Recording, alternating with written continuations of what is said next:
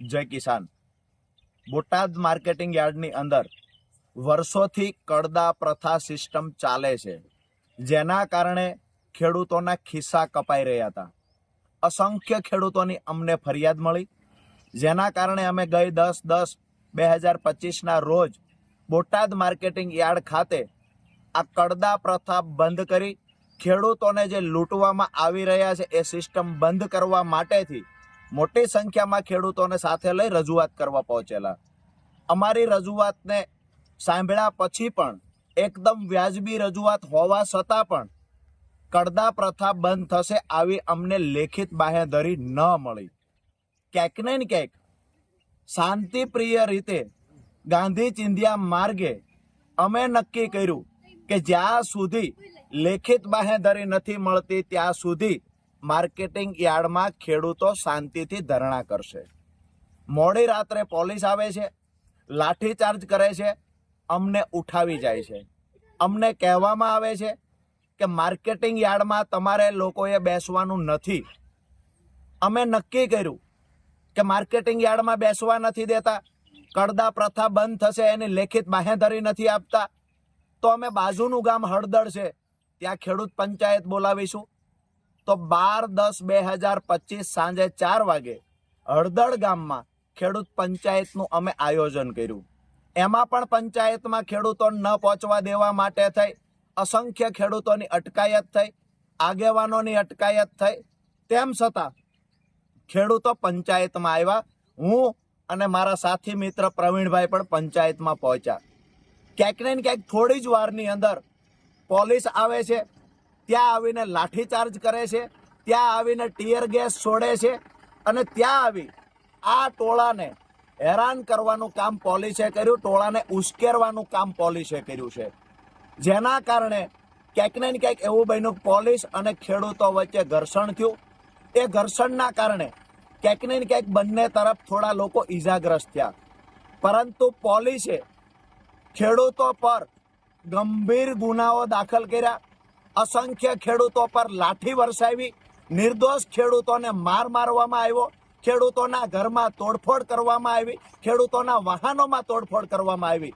મારી પ્રશાસનને વિનંતી છે, તમને દુશ્મની છે તો રાજુ કરપડાથી છે, પ્રવીણ રામથી છે, તમને દુશ્મની ખેડૂતોથી શા માટે છે?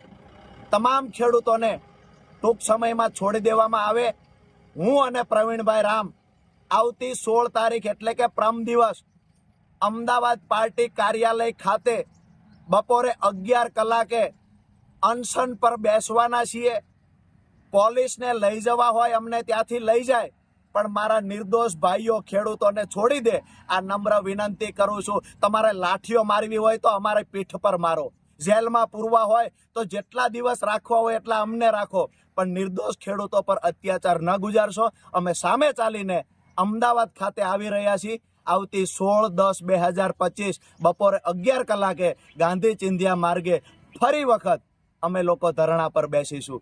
જય કિસાન। સાથે જ તમામ સાથીઓને એક સંદેશ આપવાનો કે અમે લોકો જેલમાં ગયા પછી પોલીસ અત્યાચાર કરવો હોય એટલો કરી લે, અમારા ખેડૂત પરિવારોને બચાવવા માટે તમામ અત્યાચારોમાંથી પસાર થશું, પણ આવતી 31 તારીખે ગુજરાતના કોઈ પણ જિલ્લામાં કિસાન મહાપંચાયતનું આયોજન થાય, માન્ય અરવિંદ કેજરીવાલજી એમાં આવતા હોય તો તમામ ખેડૂતોનું વિનંતી કરું છું કે હું તો ભલે જેલમાં હશું, પણ તમારે લોકોએ ખેડૂત પંચાયતની અંદર ખેડૂતોની તાકાત શું છે એ બતાવવાની છે। જય કિસાન। આપનો ભાઈ રાજુ કરપડા। નમસ્કાર મિત્રો, જય જવાન જય કિસાન।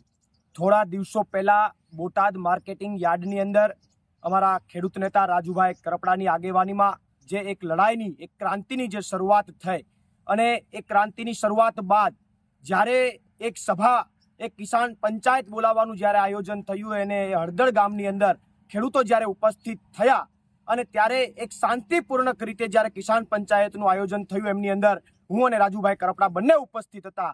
એ સમયે જે પોલીસ પ્રશાસન દ્વારા ખેડૂતો ઉપર દમન કરવામાં આવ્યું, ખોટી રીતે એની ઉપર લાઠીઓ વરસાવવામાં આવી અને વધારામાં ઓછું એ ખેડૂતો ઉપર, એ નિર્દોષ ખેડૂતો ઉપર 307 જેવી ગંભીર કલમો નાખવામાં આવી, ત્યારે હું એ પ્રશાસનને અને ભાજપ સરકારને ચોક્કસથી કહેવા માંગુ છું કે તમને કંઈ પણ વાંધો હોય, તમને કંઈ પ્રોબ્લેમ હોય રાજુ કરપડાથી કે પ્રવીણ રામથી, તો અમારી ઉપર લાઠી વરસાવો, અમારી ઉપર ફરિયાદો તમારે જેટલી કરવી હોય એટલી કરો, પણ નિર્દોષ ખેડૂતોને તમે ટાર્ગેટ ન કરો. અને એટલા માટે આવતી 16 તારીખે સવારે 11 વાગે અમદાવાદ આમ આદમી પાર્ટીના કાર્યાલય ખાતે હું અને રાજુભાઈ કરપડા બંને 2 માંગો સાથે, પહેલી માંગ એ કે જે બોટાદ માર્કેટિંગ યાર્ડની અંદર જે ખેડૂતોની માગણીઓ છે પૂર્ણ કરવામાં આવે, અને બીજી માગણી કે જે નિર્દોષ ખેડૂતોને ટાર્ગેટ બનાવવામાં આવ્યા છે એ નિર્દોષ ખેડૂતોને છોડી દેવામાં આવે. આ બંને માગણી સાથે અમે બંને વ્યક્તિઓ ત્યાં આમરણ ઉપવાસ ઉપર 11 વાગે બેસવાના છે.